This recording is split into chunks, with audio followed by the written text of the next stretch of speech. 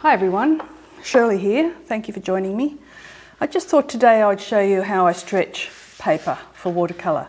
If I have a loose sheet and I think I might want to be doing a kind of a wettish painting and it's going to stretch a lot, I'd like to have it pre-stretched, and this is the traditional way of doing it anyway. So I'm going to take one of my pages off the pad, which is just a loose pad. It is, just to let you know, cold pressed arches, which is the green one. And it is my favourite. A couple of things to think about. The right side up is usually the slightly rougher side. This underneath is smoother. So it'll be, what I'm going to do is mount it onto a piece of MDF. I get these pre-cut from Bunnings, from our local hardware shop. And I'm going to be using the traditional tape, which is just here somewhere. Oh, okay. I think it's a framer's tape. I think there's I'm not sure what it's called technically, but this is called Loy tape, L-O-Y-T-A-P-E. And to tell you the truth, it was a big roll when I first got it, and I think I've had it for 20 years. Not that I've done, over the time, I haven't always done watercolour, so it's lasted me a long time. But it's actually a tape that has got a sort of a glue on it that's like a wallpaper glue. It's water soluble. And once you've stuck it on the paper, the big drawback is you can't get it off very easily without ruining your picture. So be prepared to cut it off at the edge. Now that's the big negative. So sometimes what I've done is I've used this tape around the outside. The reason you use it is because it's water soluble, and therefore the glue is happy with the water, wet paper. It's all to do with water. If you just use normal tape, you use that with the dry paper on dry board, that's fine. But your paper could buckle when it gets wet. So this way, if it's stretched beforehand, it's just that little bit easier to handle when you're painting on it. So what I sometimes do is I'll put this tape around the outside edge, and then I'll come over the top of that with some normal old masking tape, and that gives me my little white frame that I might want. Otherwise, this will be cut. So I'll show you that at the end of the painting. So what I do is I measure out. Oh, first thing I have to do, hang on, is wet the paper. And if you've ever done printmaking, you'll know you have to have damp paper to start with. Well, it's a little bit similar. So I've got a bucket of water. I hope you can see me. I've got a bucket of water here, clear water, and I'm just going to put the paper in very evenly, like that. Like, try not to leave any single part of it dry. It all has to be wet all the way through. So now, if I was organised, I'd have a little clothesline. If I did this often, I'd have a little clothesline in here that would enable me to hang this. Instead, I'm just going to wait a minute or two for it to soak in. I'm just going to stand here. I'll probably turn you off. I'll come back in a minute. No, I won't. I'll just keep chatting. How are you going? I hope you're doing well. My daughter had the virus, but she's over it now, hopefully. It's taken her 5 weeks. Oops, I don't want to put that in the water again. Here I am not thinking. I was just about to put it back in the water. Okay, so it's nearly totally. So she's okay, my son's okay. Bob, the husband's outside enjoying his tractor. Someone's just delivered a whole pile of dirt, so he's happy. He's moving the dirt around. So that's good enough. Now, just to make sure you've got a clean board, I'm just going to pop that on there, and it's just going to sit there, all wet. I don't know if you can tell, but that is definitely on. See if I turn it upside down. Whoop. Turned upside down. Okay, it's on. Now make sure it's square. Actually, I like to have it very square. Let's do that again. Now that I'm moving it around, it's not going to go where I want it to go. Top edge might be right. There we go. Okay, so that's wet. It's even. I can turn it around a few times just so that the water keeps running in the right direction. So what I'm going to do now is wet these tapes. I'll put them in the same water. Run it through, make sure you've got wetness on it. And then you just pop it, I do anyway, just about half an inch over the edge of the paper. Doesn't matter about that side, I'll clean that off later. So just measure it roughly. And very wet, very messy, this type of preparation. Once again, down the bottom here. Most important for me is I don't want to lose too much paper by having this. Like, what I might do is put this down. I don't know what junk's behind.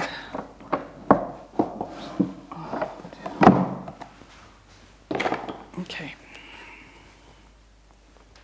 So I might just fold that under because I don't want to stick to anything else. All right, and there, there and there. Now you have to do this in the morning before you start painting, by the way. It's not that easy to do it. I'm adjusting this, you could slide it around. That's the beauty of this.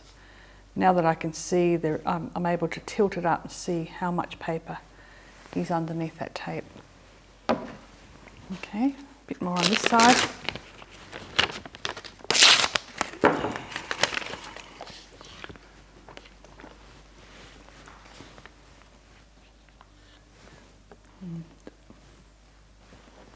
Kind of see through. For this particular paper, I can tape. I can see through that. I'll fold it down. Of course, if you're using a large board at the back, you don't have to do this folding under thing.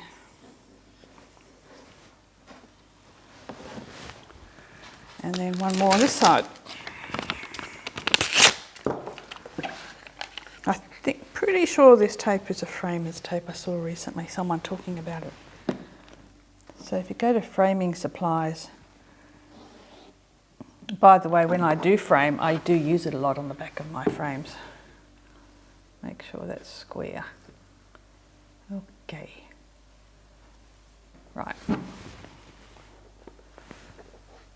Oops. Okay, that's the way I do it. Now I let that dry and it'll straighten out like a bit of a drum. It'll stay stuck to these tapes, but it won't stick to the back of the board. But that said, it should stretch out once it's dry. So I'll come back in a little while.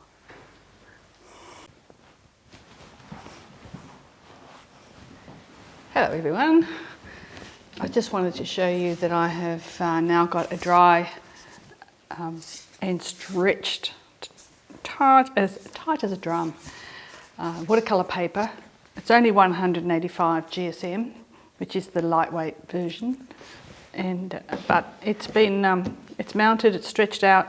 I'm going to paint this beautiful little scene from Hallstatt, and it's a beautiful little sun on the cottages. So it's a fair bit of drawing involved. So I shall start that now, and you can watch along, or you could scrub forward and get to the painting side of it, which is the second half of the video. And thanks very much for being here, and like, subscribe, and hit the notification bell. That'd be fantastic. Anyway, I'll turn the camera now, and we'll get started.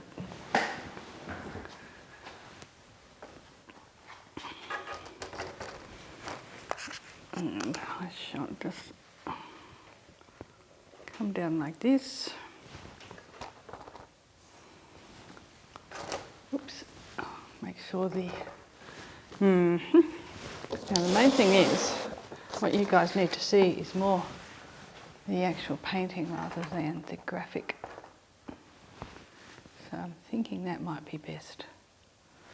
So you'll see the image growing. You won't necessarily always see when I'm mixing my paints. So this is a compromise that I think works okay. And my method is to fold this in half and in quarters. so that I can find an area in the centre. It gives me a starting point for my drawing. And to tell you the truth, I'll move these paints out of the way. I'll put them at the back there, and I'll grab out my trusty pencil. Not very organised, am I? I think I have these all sorted by now. What have I got? 3B will do. Because it's not a drawing, I'm only. It's like an outline of what's there, so it's not rendering as such. So I don't need a really black pencil. So 3B is going to do the job quite nicely. Flick the screen out so I make sure. So even though I started putting that on that side, I really do need to look at it over here. So I'm hoping that if I can zoom in a bit more, bring this down, and you'll be able to at least follow what I'm doing. So it's a very long, thin picture, and I'm just visually finding my centre point. And I can even put a pencil there and a pencil there. Yeah, a little bit higher. And go from that side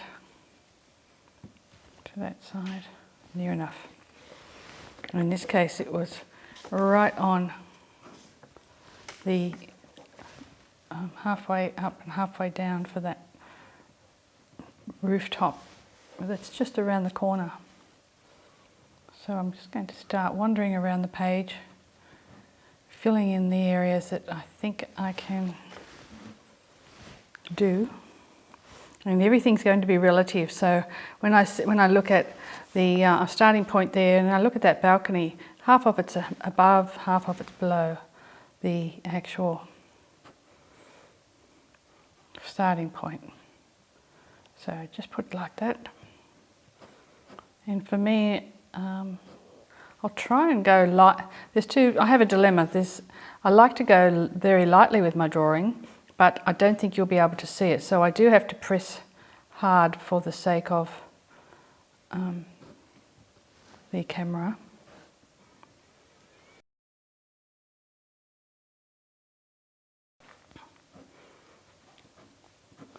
And I do need to keep this paper facing me, otherwise I'm going to get the proportions wrong. And I need a kneaded rubber because I rub out a lot in these little old villages because they're it's fairly, for me anyway, I like to get the proportions right. I think most people would. You have to be pretty modern not to worry.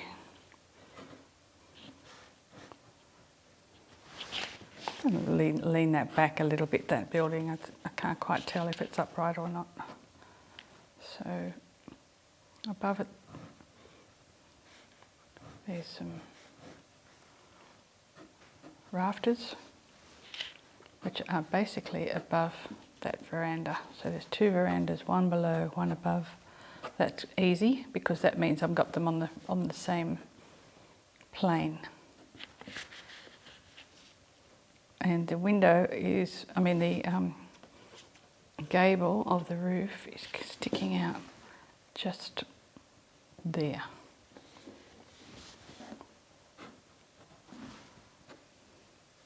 And it's going a long way up. So I'm just going to, I'll go about there. Long straight lines I just feather in. I don't try and draw too cleverly. A couple of light goes at it and eventually you get it right. These have little window things happening there. Okay, so I'm just thinking if the bottom of those rafters line up like that. Oops, there's a bug flying. This building comes down like this, and there's more rafters here, but they all have, these ones anyway, have got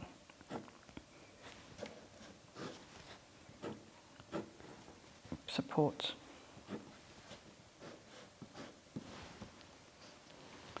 Okay, I'm not happy with this pencil. It's daggy. Might be the fact that I've stretched the paper. The paper's a little bit, inherently, it's lost some of its crunchiness. So I just go to there.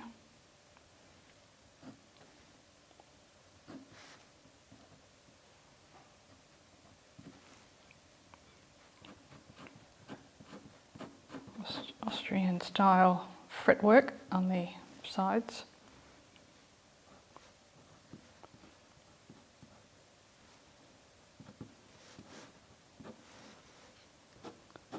So in the end I end up with quite a detailed drawing when it's this type of subject matter. This lane's coming towards me here. Of course, if I make mistakes, I'm awfully forgiving, providing it doesn't totally ruin. I'm looking down the hill, totally ruin things.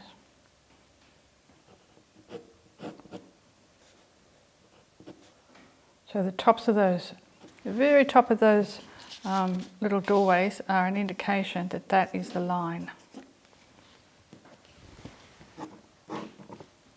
for perspective. And they're going down. So see there's a line going that way, and there's a line at the top of those doorways that are going that way. So it's putting my centre of my horizon, my disappearing line, right across there. Excuse me. Which is interesting. Always interesting to know when you're in a vague place like this, how to work out where the horizon is. So if you took away all those mountains and just had the sea in front of you, that's where the sea would be. It's always tempting to put the sea in the back of a picture like this, but I won't, because I want it to be fairly truthful. Might just put those windows down to there. If I make a change here, I'll make it on the drawing so that I remember that I've done that. Because I'm looking at the drawing when I start adding paint. I need to remember if I've made any changes. Oh, some timber, that looks nice. Horizontal. With all those verticals, it's good to grab some horizontals when you can. And there's a fabulous old tree there that's growing against that building, but sadly it's in winter. So we can't really do much about that. I'll put the branches in, of course, but I'm not going to be pretending it's anything other than winter. I won't put green leaves on it. Now, we've got plumbing. And the plumbing is pretty much straight up in the air there. Comes around there. There's more gables and awnings.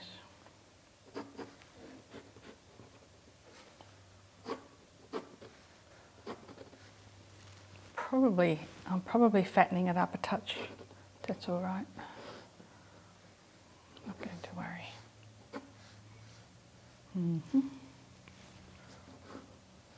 Every now and then you just have to close your eyes and see the shape.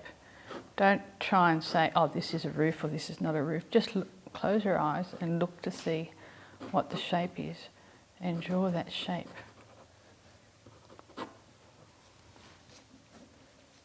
This building looks quite crooked. That window there looks like it's gone in. I wonder if it's happening or if it's something I'm not picking up. But either way, I'm going to just draw a straight line there and I'm going to straighten that window out. Oh, and that's the other thing. When I come into, one of the reasons I like to put this converging line, because that gives me my disappearing point, and theoretically everything else should come to there. Now, they don't, obviously, nowhere near, so I'm assuming they've wrapped back around a little bit. So I'll make it over here. Every time a building changes angle, it has a new disappearing point. So I'll do that. So by drawing lightly, I can rub those marks out later. So it's got 2 windows there. They are definitely turning. So I'll just give a hint of it without trying to let it spoil the feel of the drawing, because otherwise the picture, sometimes things that aren't quite right, they work in photographs, but they just do not work in paintings.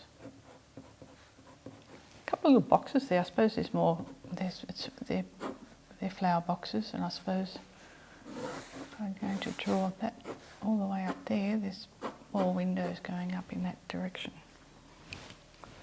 So these have a lovely shadow under them. And there's a shadow here. So coming up with that line there, and then coming in that way, and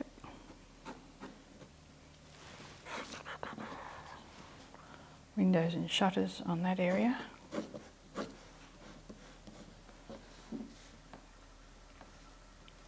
Lovely little lamp, little detail.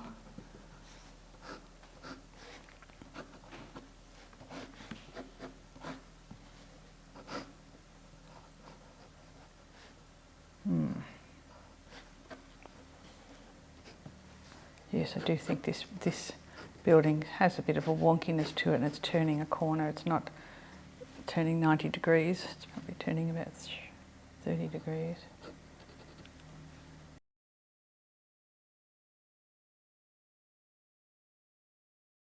That roof there down a bit more dramatically. I'll rub that out.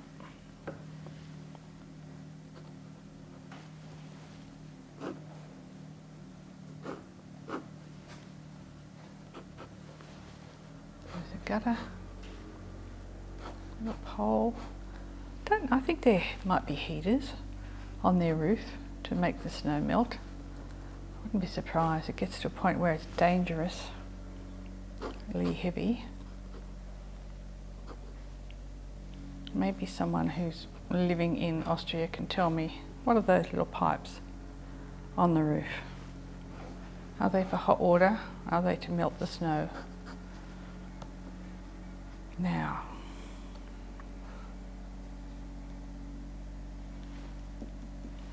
it's got a really high door here.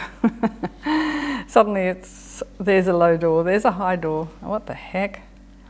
So I'm just going to put it in. It's there. It might make sense later. It's just a tiny little slot.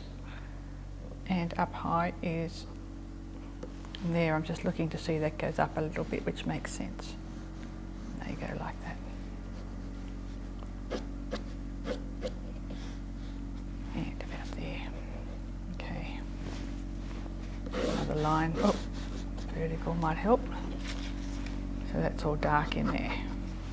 Okay, that's one side done, I think. And I think I'm okay to put that across like that now. Right, so this side has, what I'll do now is rub out my reference lines and disappearing points and all that sort of stuff, because it's going to totally change on the other side. I've got a very dramatic line coming down, which is, when you look at, half close your eyes and look at that hook, you can almost imagine where it's coming from. So I'll just see if I can put it in and see how accurate I can get it.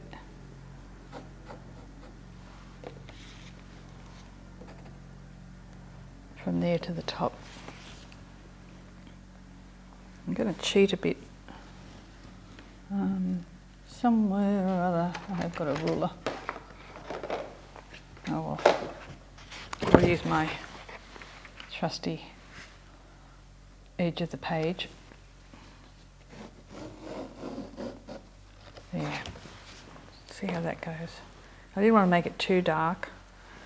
But what I'm doing now is I'm looking at this background shape of the sky and just seeing that it's about the same. And it's good enough. It's not going to cause too many issues. So I've got the building side going up under there.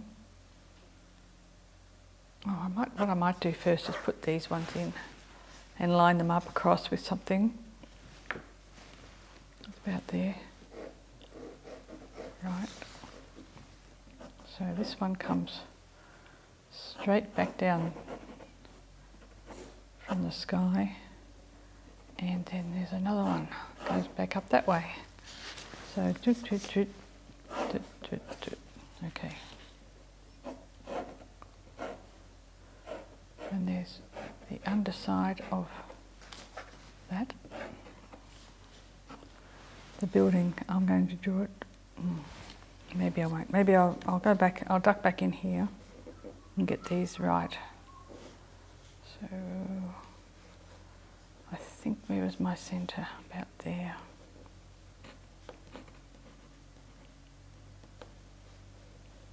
Some yellow, that's interesting.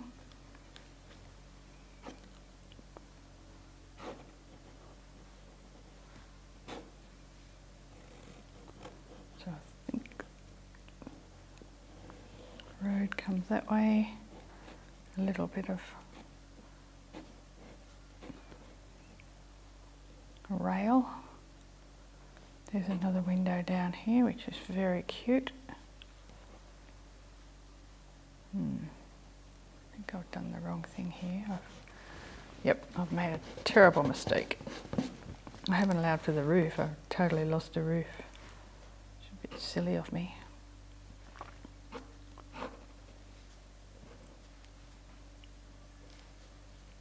Window. Yellow. Another window down here.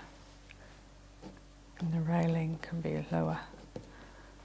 Anything to do with people can be smaller. Not real tiny, but you can make the feeling of an adult smaller and that increases the grandiose feel of the buildings. Providing you don't do doors like this. Who knows? We'll see what happens there. Oh, look at this lovely light. How cute is that?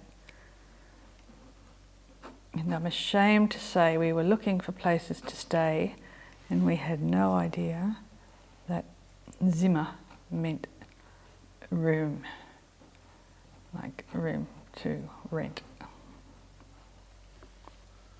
So I'm going to put it in here just so I never forget.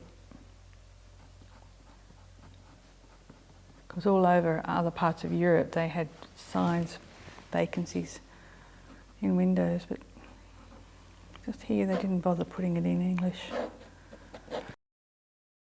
Now, okay, that looks like this. Wow, this cute little thing under there. I don't know what that is. Tiny little doorway thing. I'd say it's a window and the building's been pushed up against the road, or the road's been built behind the building, leaning on the building. Okay, so here is just in there, and that is coming like that. Another, I don't know what that is. And okay.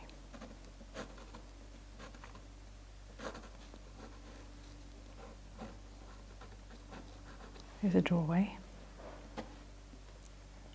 just below the lamp.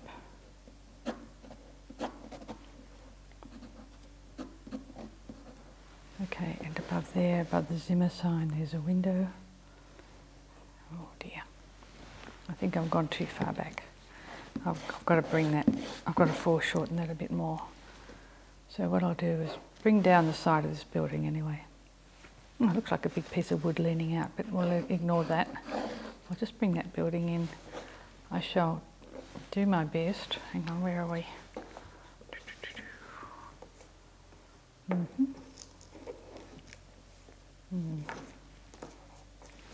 Yeah, it's kind of at the window there. So that's good.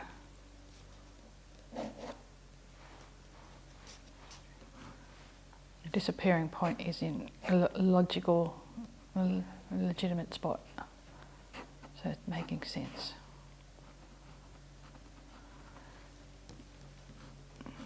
It's got lovely boards on this building, so that means it'll make it a little bit easier to tell what's happening. You're looking all the time for detail that tells the story. Now, I've lost my building on this side. I'm going to have to make something up. Just a bit of a shame. Looks like some work, building work is going on. So what I might do is put some scaffolding in there. Pretend there's building happening. There isn't. There's a funny sort of curvy brick building which is totally cut off, so I want to have something a bit more obvious. This one has got nice logs, and I imagine there's a corner piece there. Okay. So, light to dark, I've got, oh, beautiful, look at that.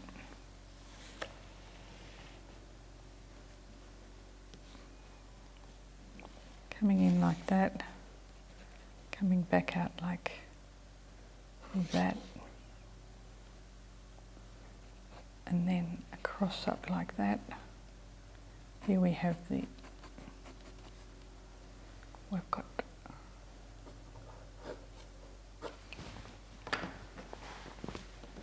take that thing out. Just tracing my eye up to see where I'm going to have the light and dark. Light all over that. Light on the fronts of that building. So the shadow goes through to that point.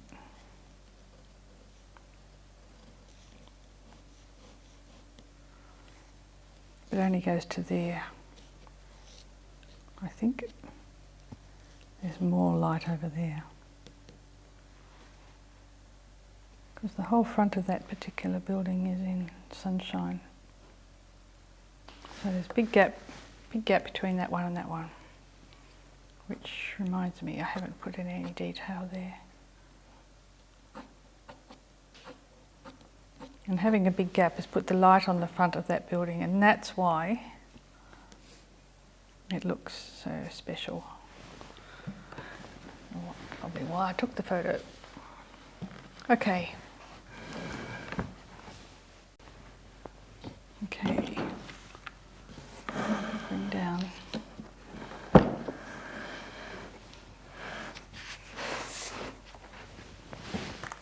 Try and get this vertical page into a horizontal format.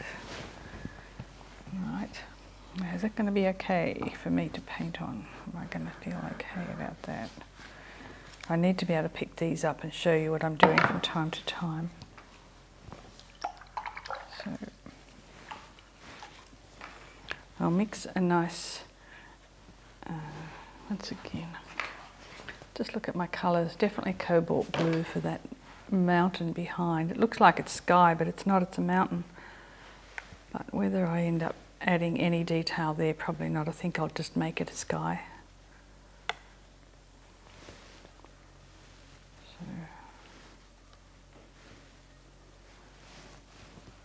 I want it very watery.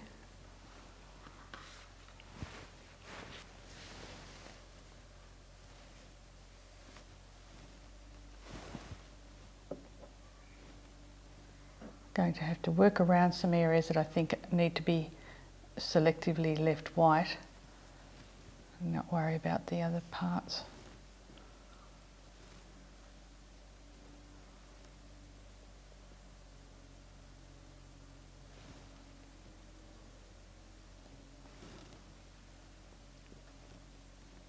Bring it down.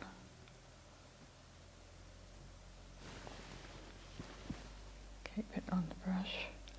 I put a couple of horizontal lines in there just to give me a feel for either cloud, or if I change my mind and I decide I do want to have an indication that that's the mountain. Sometimes at the beginning of a painting I don't know what I'm going to be wanting later.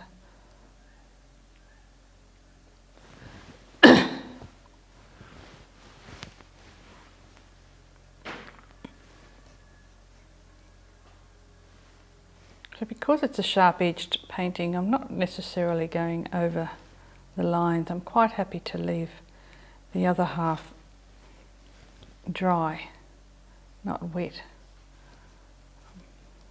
and make a decision later if I want a soft edge. So in this case I'm bringing it down, right down to the rooftop there. Okay. Run down a few lines.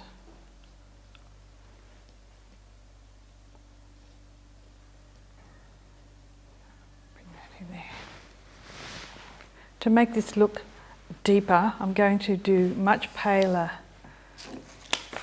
on my, in fact, just to show you how pale, I'll get some white on my brush now, and I'm just going to throw this white paint onto this picture and just see.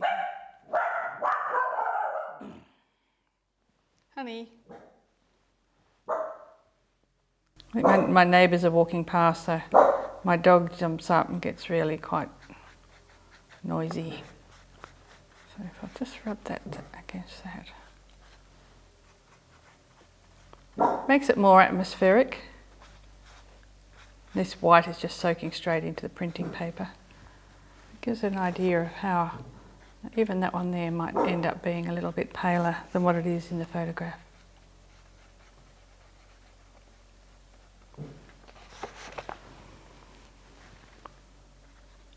Just see how dull I can make that. Okay. Even this one here might be too dark. Going to be hard to. I'd rather it be a mid colour than a really dark colour. Okay. So that's the way you can sort of fiddle around with your photograph. That way you can get a feel for. Now I'm going to make sure I clean all the white off my brush. I've just put the dog outside, so she's going to bark at the neighbours now. Hi Bruce, if you happen to be watching this, I'm going to put some detail in here. I can't resist. The more I look at it.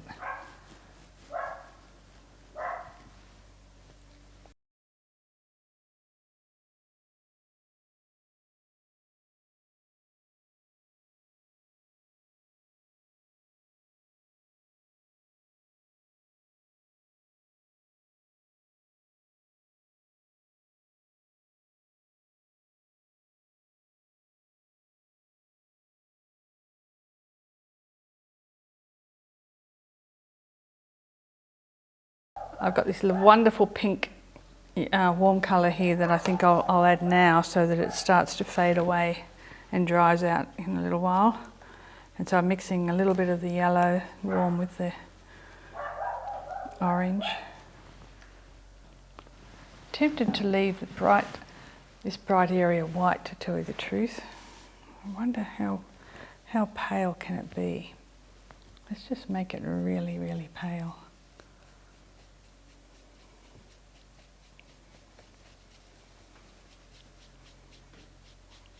So that it's not totally white, but has got a certain amount of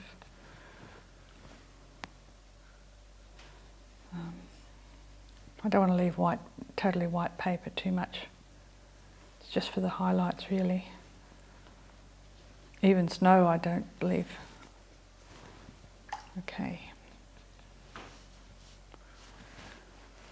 Now what I might do is start at the back there and put these buildings in with their lovely greys.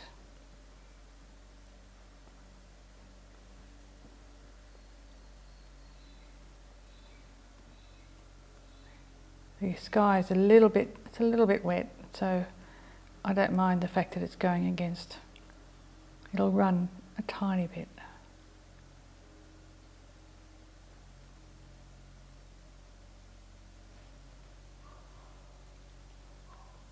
And then I just want to put in some detailed as well.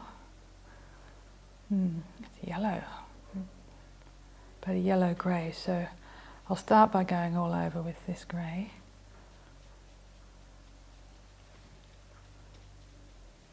Come down to a slightly darker tone at the base. While I'm here, I'll run this across the road up to that side. These buildings here at the back here are also going to be in dark.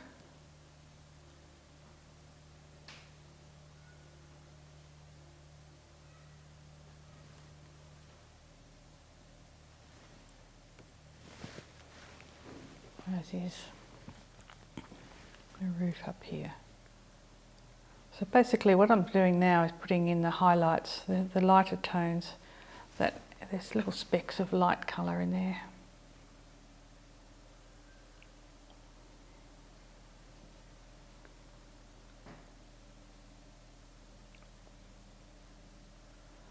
And there's dark against that tree, down to about there. Okay,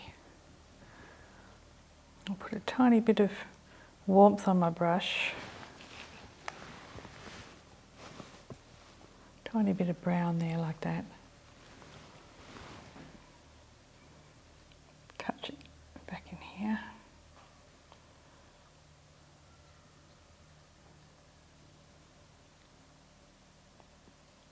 A little bit of detail here and there, we're using the point of the brush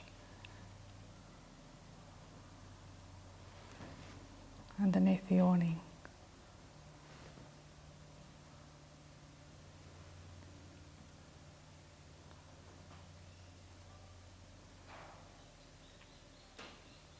As it gets darker, I'll do the pale first, and then as it gets darker, I'll be more positive about the shapes. At this stage, I'm being very vague. I'll use that same bluey brown colour. Just get some of my ultramarine blue and ultramarine blue and burnt umber, basically, whenever I'm looking for a neutral grey.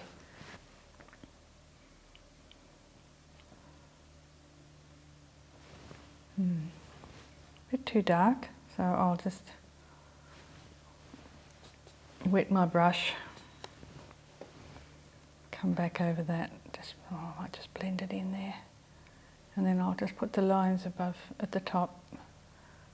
Anything that's a fair way away, you don't need to have too much in the way of detail. I'll just blot it out with my finger.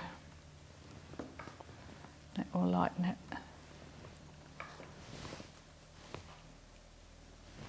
And just to make sure that I'm not, put a little bit of detail here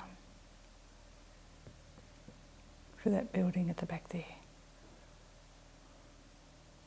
And it's the same tone. That means the eye's going to see it at the same distance. While I've got that colour, I'll just put a few, kind of waiting on areas back here to dry now. There we go, a little bit of shadow beside those pipes, I think.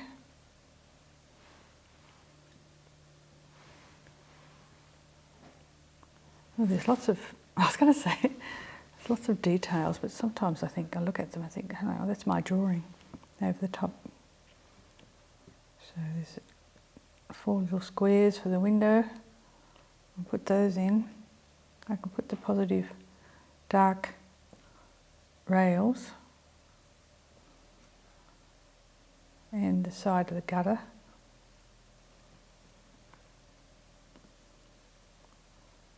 Sort of smidges out there.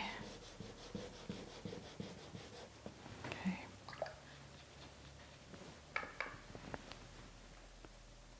A few lines going across. Right.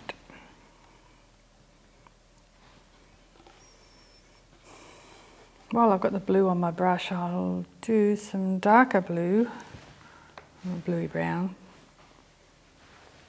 The top here, just think it's not quite totally dry, so I think if I just do a couple of dry, what you call dry brush strokes going across. Now that I've started, I need to go right to the bottom. Sometimes I get halfway through doing something like that and change my mind, or lose interest and go somewhere else, and then I realise I should have finished off what I started. So I'm putting in some vertical lines for these slates.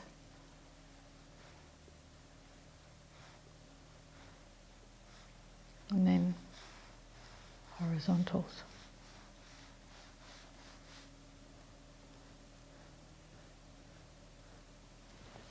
Okay. Overall, that's too contrasty, so I'm using a wet brush now. I want to come back and smooth that out a little bit. I don't want to totally lose what I've done, but I need to just make it more sophisticated, I guess you could say, by half losing what I've just put in. So it's a hint of that rather than definite. But while I'm there, whoops, I'll make sure that edge stays nice and true. So I'll true it up. And I'll put dark on the edge down the bottom here.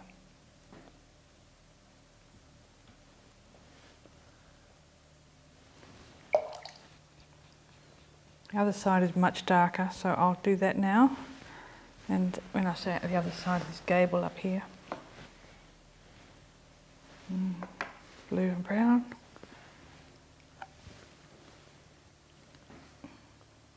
Now, if you look closely, there are little pieces of timber, the supports of the roof are showing.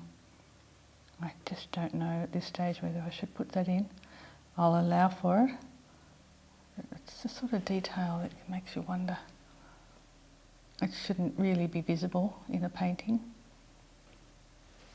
Sometimes things in photographs, they're there because they're there, but in a painting you want to lose stuff like that, so I don't know if I'll talk myself out of it or not. I think I need to make that railing a bit higher. Come down the outer edge, all the way to there.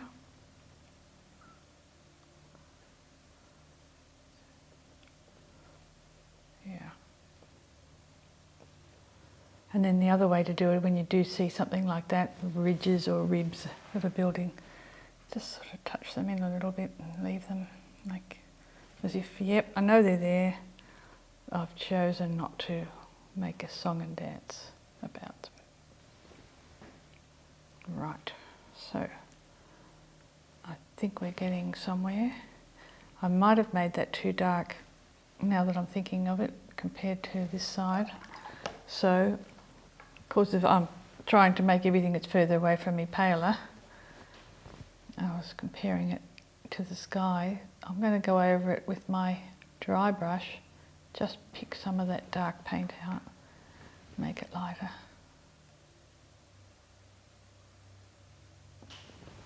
Yep, I'm happy with that now.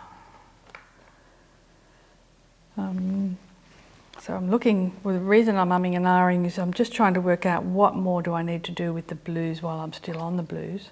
And I think I do need to put in a fairly light panel on this other roof here. So I'll put this one in. This one might end up being overpainted with a little bit of, might do it now actually, I'll do it a warm grey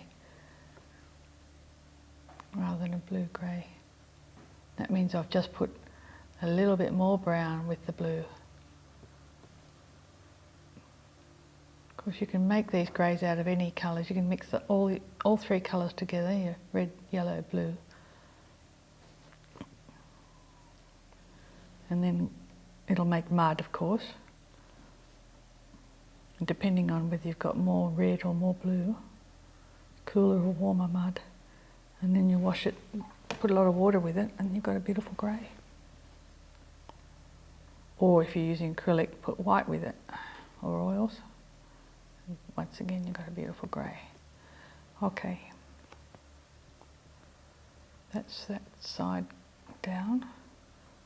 And now I'm going to relax a little bit and run it into there.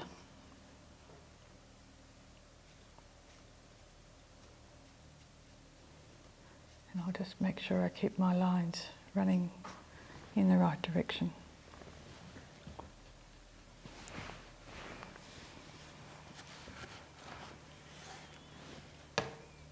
I might go for the beautiful orangey brown.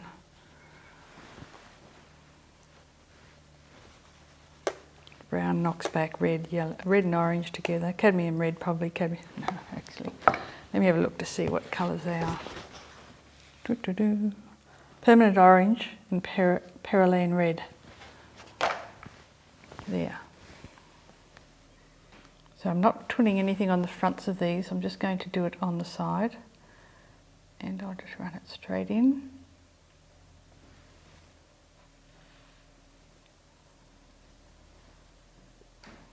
Put it in the shadow area, that's for sure, underneath the railing. But not on the front where the sun's hitting. I'll run it straight down into the timbers below. Come back to those later and put in a darker colour.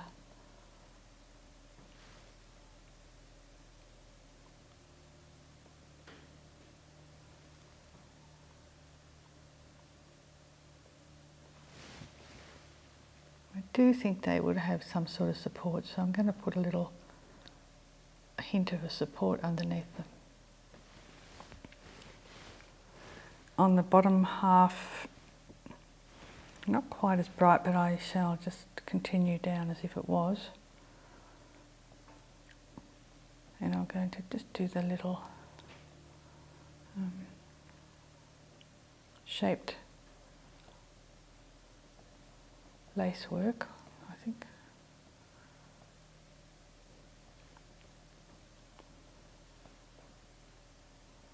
There.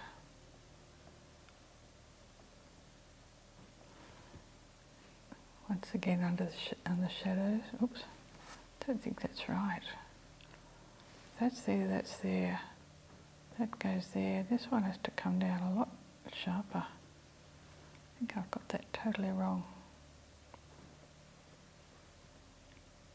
Shadow behind. Okay.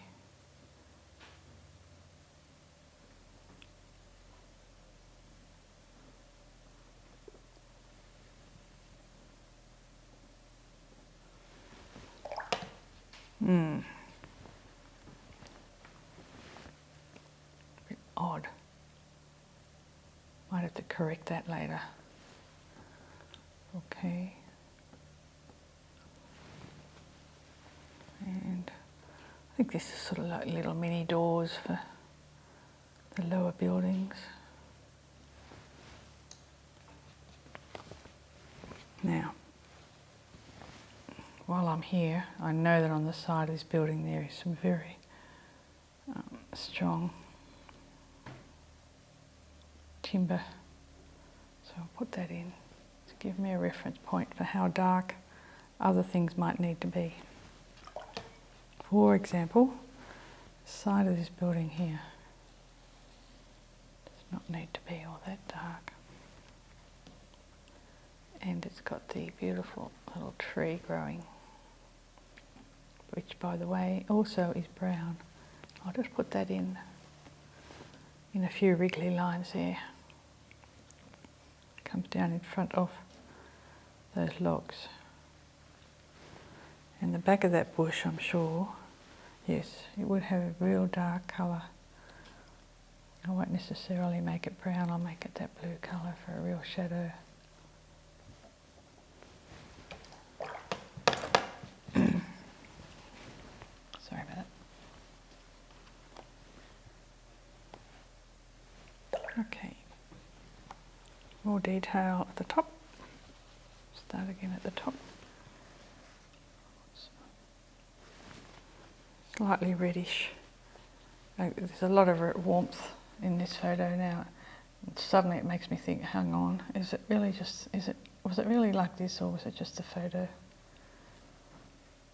Sometimes it's a real shame, you just can't be sure.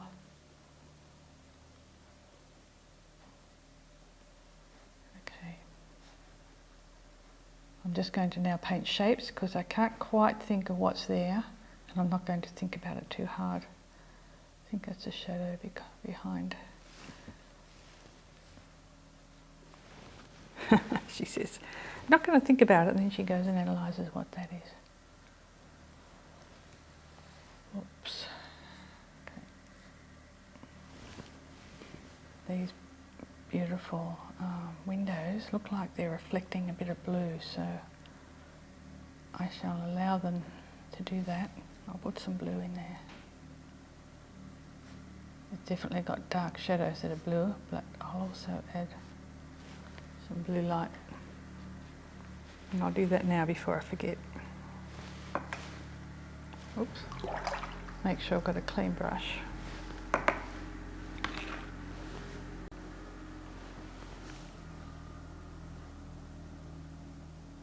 No, wrong colour. Don't know what I'm doing. I'll put that in and then I'll just wash it out.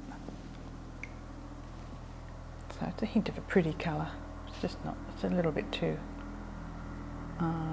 warm, I guess. Green, it's reflecting the sky. Well, maybe that is the right colour because I can't see the sky. I keep thinking what's behind is the sky, but that isn't. Okay. I'll work my way down. I'm just picking out a little bit of the warm colours.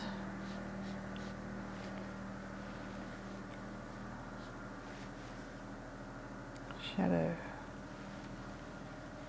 It's interesting that normally I nearly always do shadows in cool tones, but these are very warm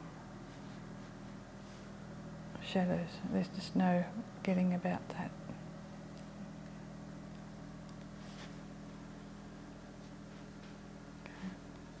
This colour in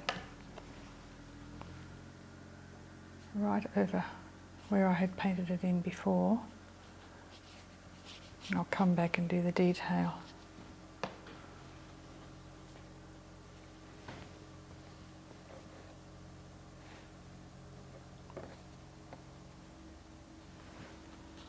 So they've got lovely pinky, reddy shades in there.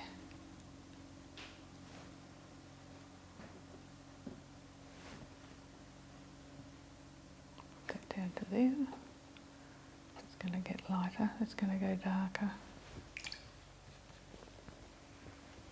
Now across the base here, it's going from the cooler side to a warmer side, and I do think it's a little bit purpley, so I shall I'll start there with a little bit of the warmth bouncing back from that side. And then it comes down to purple.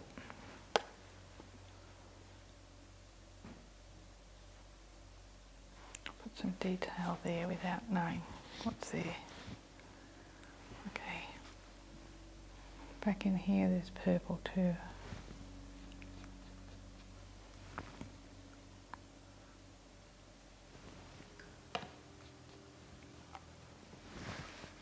Now, back up to the top here.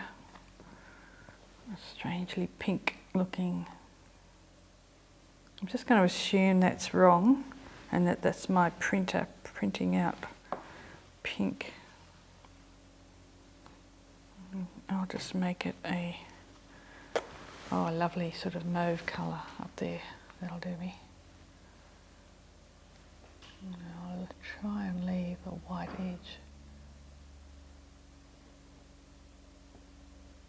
Might help later on. Now that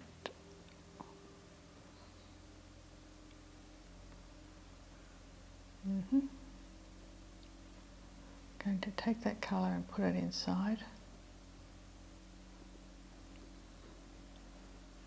So I'll take it right up to the top. I'll add it to what was there before. Then I'll start putting some thin detail in.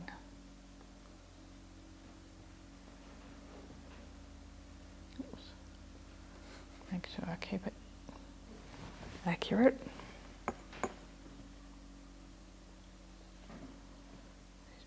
These windows have got something blue, but I'll just do a neutral tone, add a touch of blue to the top and it will just run down, patch it in down the bottom. I like that blue, so I'm going to add some more up here into this roof area.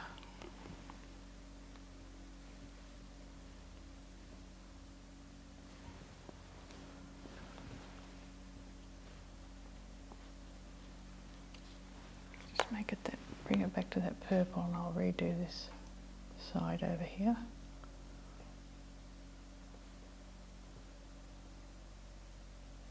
Just make it stronger.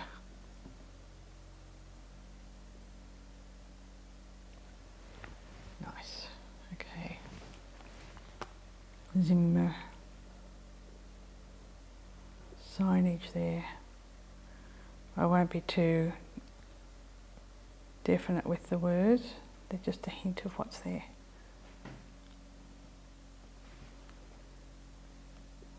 I'll paint around the light.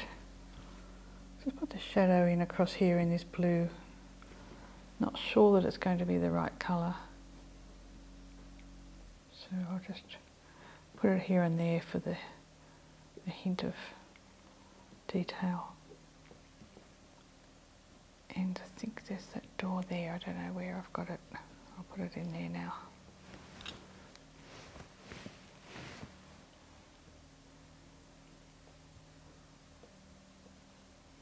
There's a ledge, goes all the way around here. It's interesting.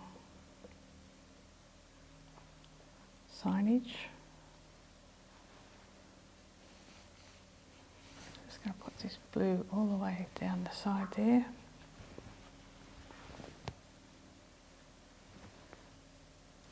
Actually, I need to make it much darker. So blue, brown, blue again, brown again, blue again. Okay, that's it. I'm going to come right up there.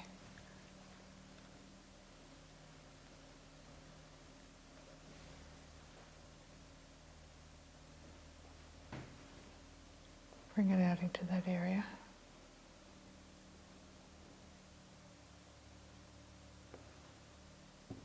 Bring it down the side of this building.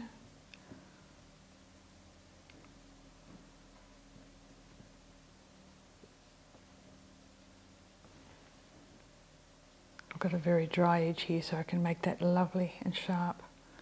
And believe it or not, that's what it needs sometimes, is a sharp edge right near the eye. I'll put these ridges going across so the edges of the shadow underneath the timber. I'm going to get some dark brown into that now. Put the dark brown against this other building.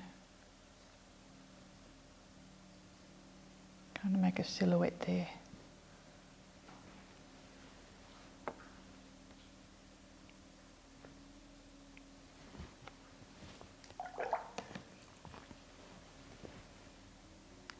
Blend it out to the front.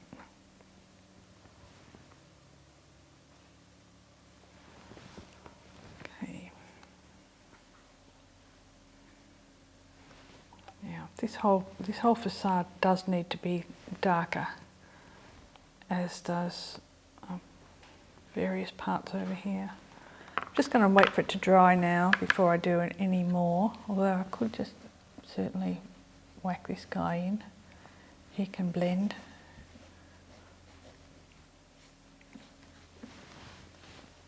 Can be very neutral.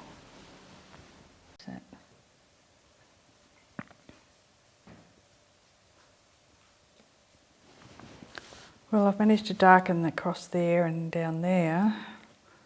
Don't know to what extent I have lost footage. Just going to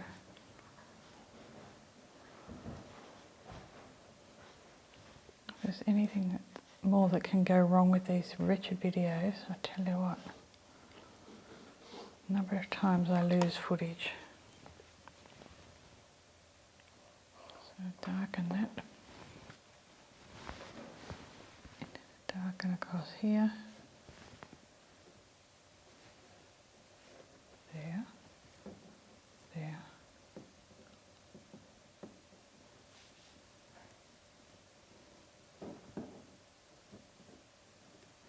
Top. Going really black up there, so it's going to be fun. Blacky blue colour.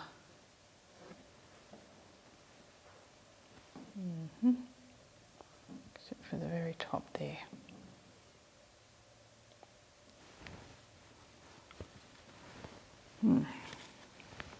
Stick to the blue. Funny little lines there. Little white things happening. Come down to red.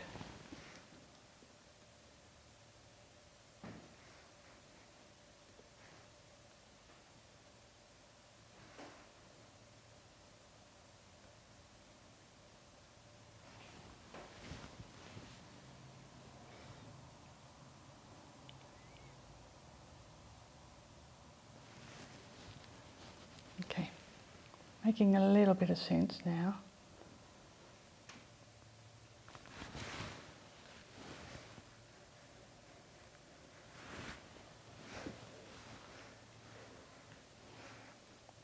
Interesting patterns in those windows, but I won't go there. Sometimes you've got to just choose your battles.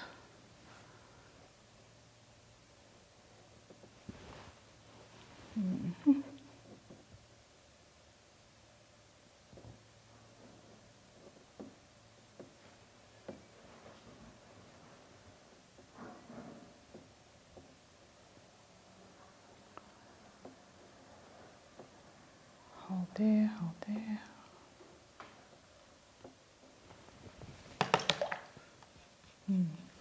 This area around here, I'm putting detail in now, but I'm going to give it quite a dark wash in the end.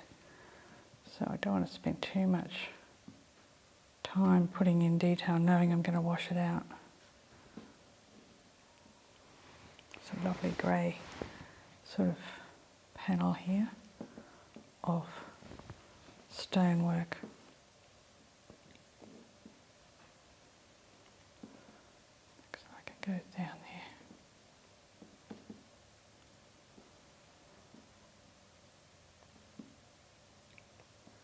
Something on that side. So lots of little gizmos, things, little pots, stools, fronts of those bits of wood, which I'll just paint in. Got the filigree of the plant, I can put that back in, because notice how things just disappear after a while, they fade away.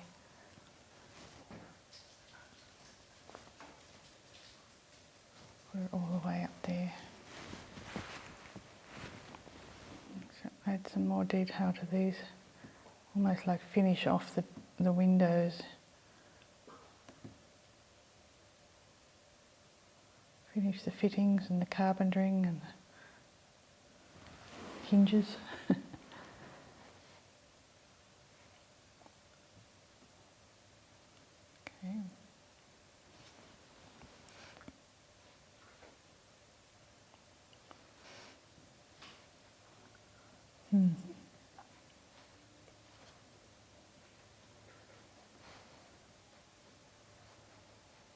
vertical lines.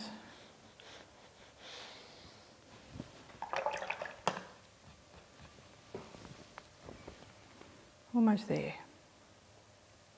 If I half close my eyes, I think I can see the finish. I'm going to put that sign in a very dull colour, because the last thing we have is detail for that grey on the tops of those.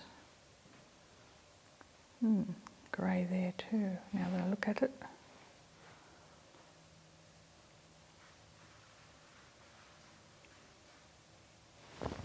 Righto. Some detail up here.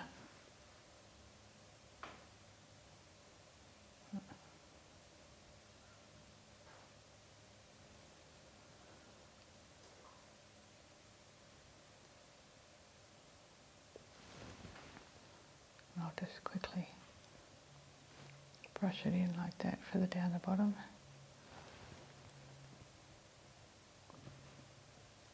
Blend it. Blend across those windows. Blend around the Zimmer sign, which I might come back to. So there's some areas you just don't want little spots of white hanging, because it's a darker area. You don't want to be distracted. Even those windows. Oh, that's rather nice. I'll leave it like that.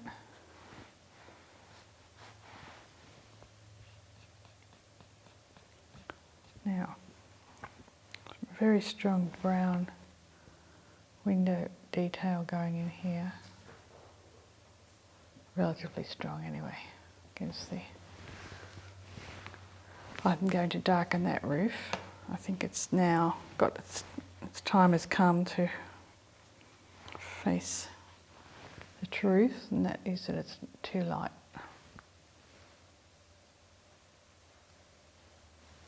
So I'll just, overall, I'll let the pattern that I've already put in there shine through or not.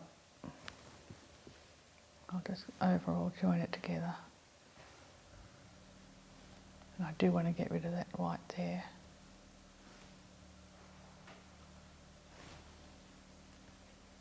I'll blend it into the tree on that side. And just for the fun of that tree, I'm going to take out some branches and run them right over the front of the facade, because I'm sure that's what would happen.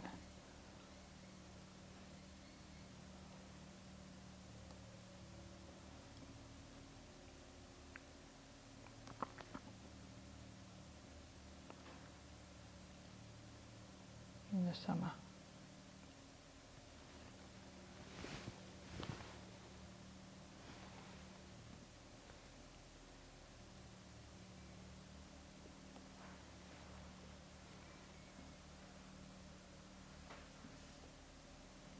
Just put a few spots here and there. Sometimes I like a few spots because they just add detail that where you sort of think, I don't know why. Sometimes they do. This area here. Some more detailing. There was a plank of wood there.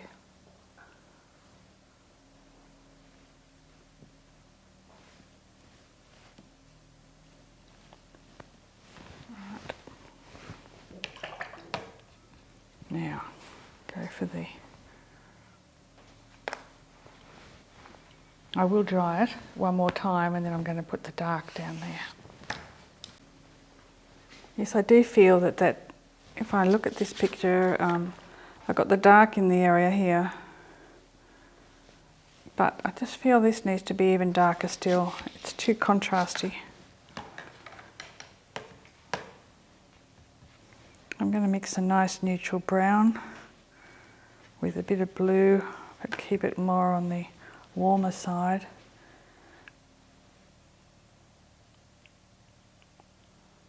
Just fill in these areas.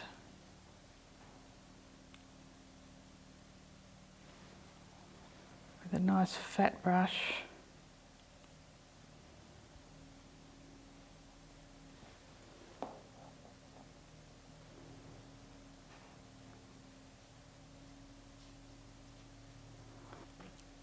sure what to do with these windows. In reality, they've got a little bit of blue in them.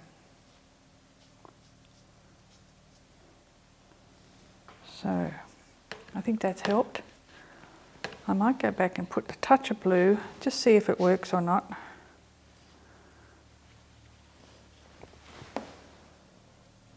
Because they're quite yellow already, you see, I think the blue will just go to green. Okay, and there's definitely blue here.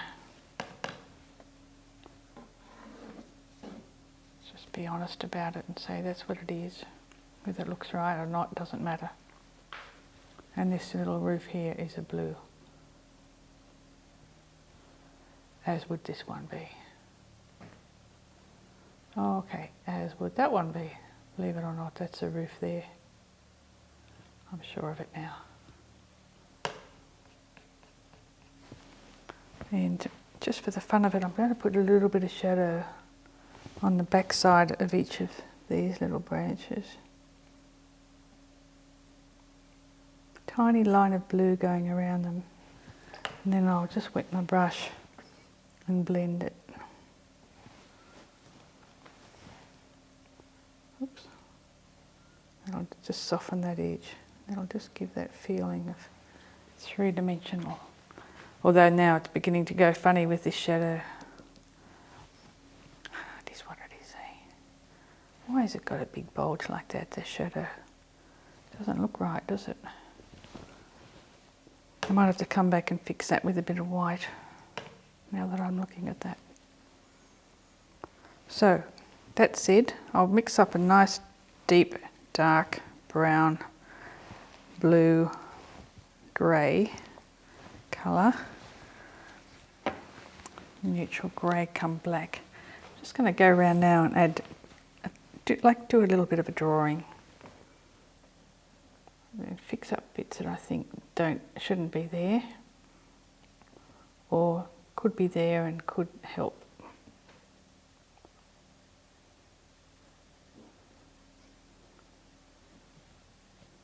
So there's some shapes.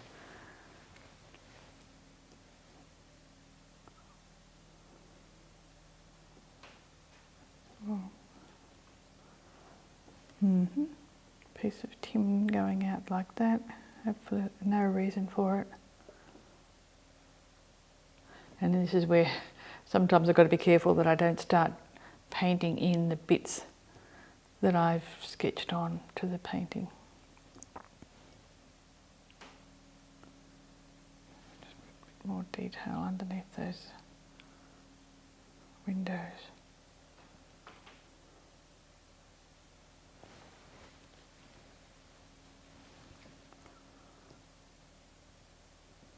Important that I try and keep my brush as thin as, oops, exactly that. I don't want to do that. So therefore I might go to a brush I cannot flatten out if I tried. Where are you? Hello, rigger. And the rigger that I like is actually, it's called a sable liner, and number 4.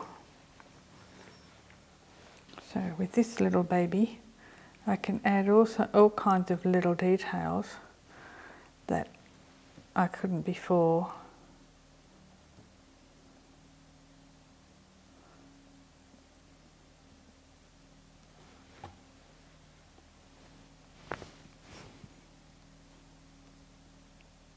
The annoying part about this particular painting here is it's got this detail at the front, the photograph, that I'd rather not be there.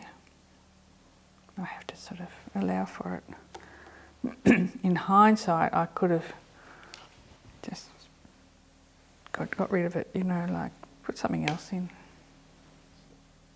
The best time to do that is before you start, when you've got to, like on your computer with Photoshop, redraw what you want on the computer. I'm getting paranoid now. I have to keep looking at the camera every 5 minutes just to see if it's still on. And then your heart drops when you see it's not on.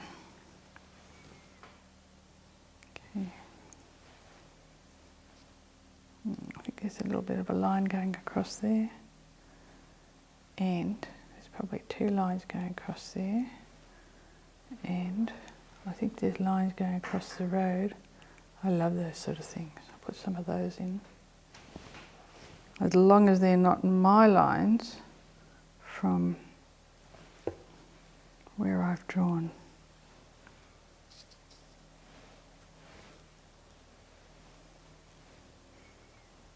Instructions.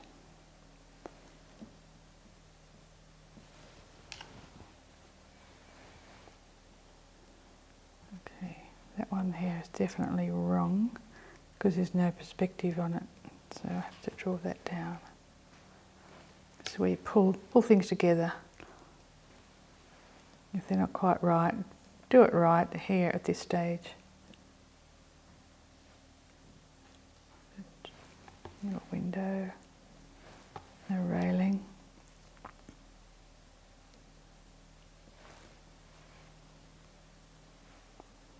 Railing here.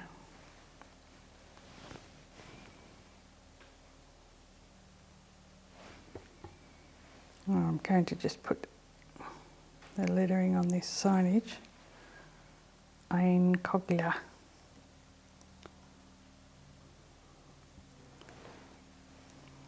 A bit of a logo and lots of horizontals, much as my big brush will allow me and my pretty rough old hand. Put a line above and below. Some sort of a support mechanism. Now I'll keep mixing up this colour. A little bit at the back here.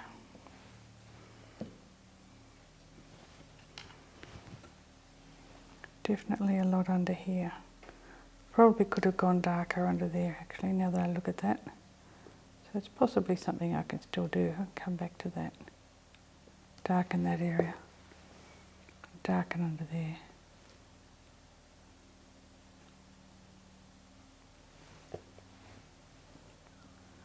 That's it. It's always nice to put these lines in too. I don't want to just get rid of those. And these windows really do need dark at the top.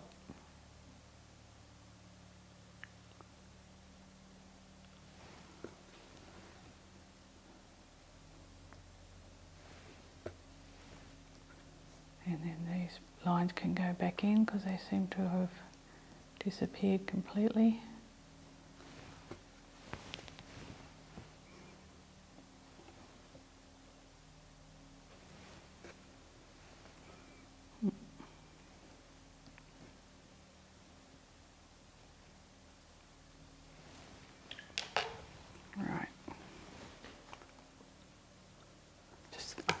I love doing this, just work your way across and fiddle.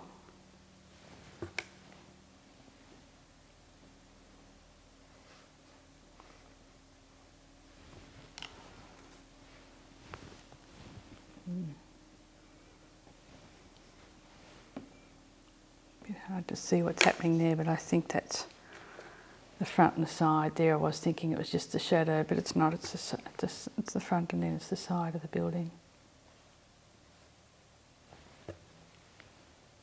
So all these little lines all help to tell the story.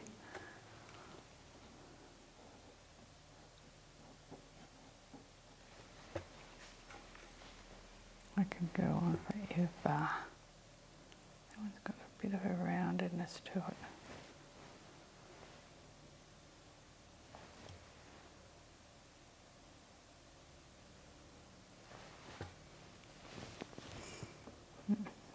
That's come up quite nice, that blue there on the end. I'm happy with that. And of course this one here has got, it's almost like it's a fake, oops, got some green in there, a fake stone there. It's probably not, it's probably real, but it could be just bits of concrete stuck on. I'll pretend it's some of the other side, not that I can see it. Now, anything on the road that I should be looking at Some lines going across always help, especially from dark to light.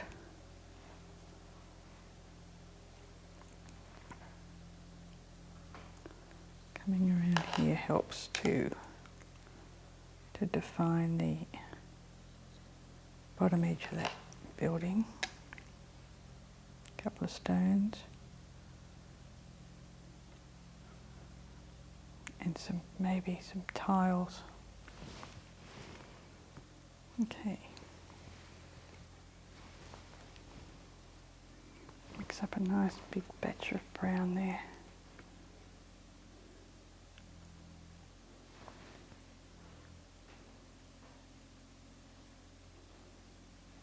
Put these in. Going over the top of what I thought was that bit of wood there. What is that bit of wood? Actually, this roof here, I can't quite tell, but something comes down here, so it's a little bit of a mystery there. Okay, I think I'll stop there now. I shall sign it, and which is always good fun. Always sign your work, no matter what fashion. When I first started artwork, we never signed anything, or we weren't supposed to. My dad told me, Shirley, he said, sign your work, don't be stupid. So I always have, thanks Dad, and I'm grateful. I used to put dates on things, but then I was told by a gallery owner not to do that, because you never know if you want to go back and make a change to it, then you've locked it into the earlier date. Oop. Going a bit wonky here. Right, my photograph and my painting. So, trick now is, well, firstly I'll show it to you square on.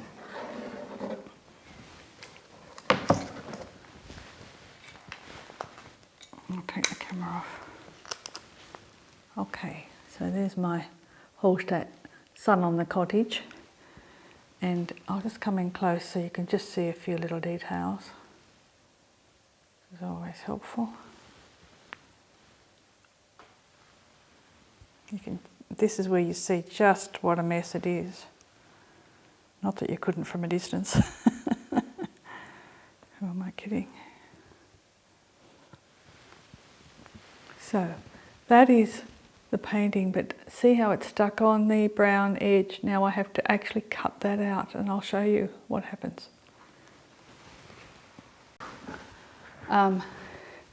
Thank you very much for watching. This was a fun little sketch. It's a bit messy actually. Have a look at it. See, what I do is I hold it up and I see it beside the lens is a little screen. I can see it from a distance. To tell you the truth, I would love to put some more blue in there. I might do that. While just talk amongst yourselves for a minute. I'm going to just see if I can take out some of this pink on this side and just put a bit of blue in. I think that might help. So, not watching it because I've got it on the side, so I'm just going to go down there. And now that I'm doing that, I don't want to totally ruin my signature, but I might have to go out. So, yeah, I think that's better. Okay. Now the problem is with this paper is peeling. The problem is peeling it off. It doesn't peel off very well. I'll have a try. It's been a while since I've even tried. But normally you have to cut it off because it tears the paper that's underneath. It's a bastard. And I think this is why no one much uses it anymore. And the only thing I can think of is that I'm not using the right... let me know, watercolourists out there, if this is not the right sticky down paper. Yeah, a bastard. Okay, it just won't peel. So what you have to do is cut, and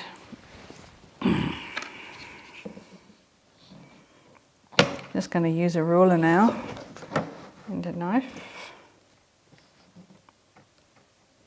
If it were dry, I'd cut it the other way. I'd put the ruler over the top of the artwork, but it's still wet, so I won't. And the other thing we were taught to do in art school, commercial art school, because we did a lot of cut and pasting in those days, always cut over a couple of swipes. Don't try and do it in the first go.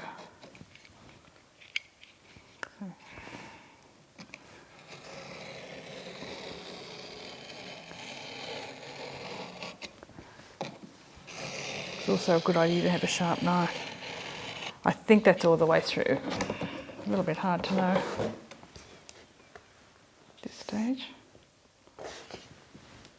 Yep, that's through. I hope. So, now same again. I have to do it in 2 sections because my rule's not long enough.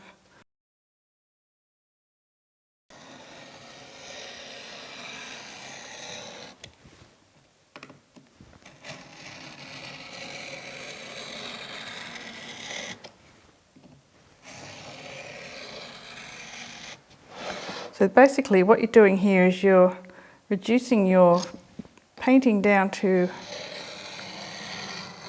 exactly the size you painted it, so that the problem is when you frame it, you have to cut in a little bit more to put the mat on.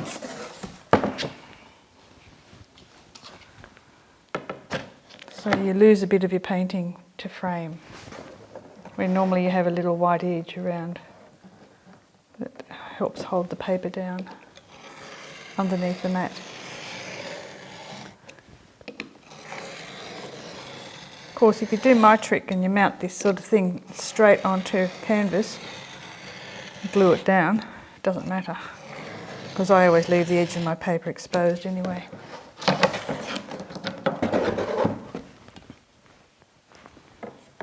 I have got a video about doing that with acrylic. I'll put a link to it down, maybe above. How to mount paper onto canvas. Doesn't necessarily always work with watercolour. You have to experiment. Sometimes with the watercolour you need to put seal the surface first.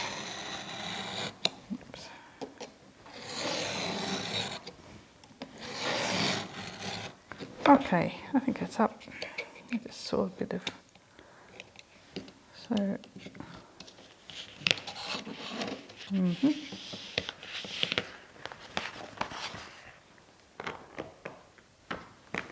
there we go. Okay, so that is what you end up with. A watercolour that has been painted right to the edges.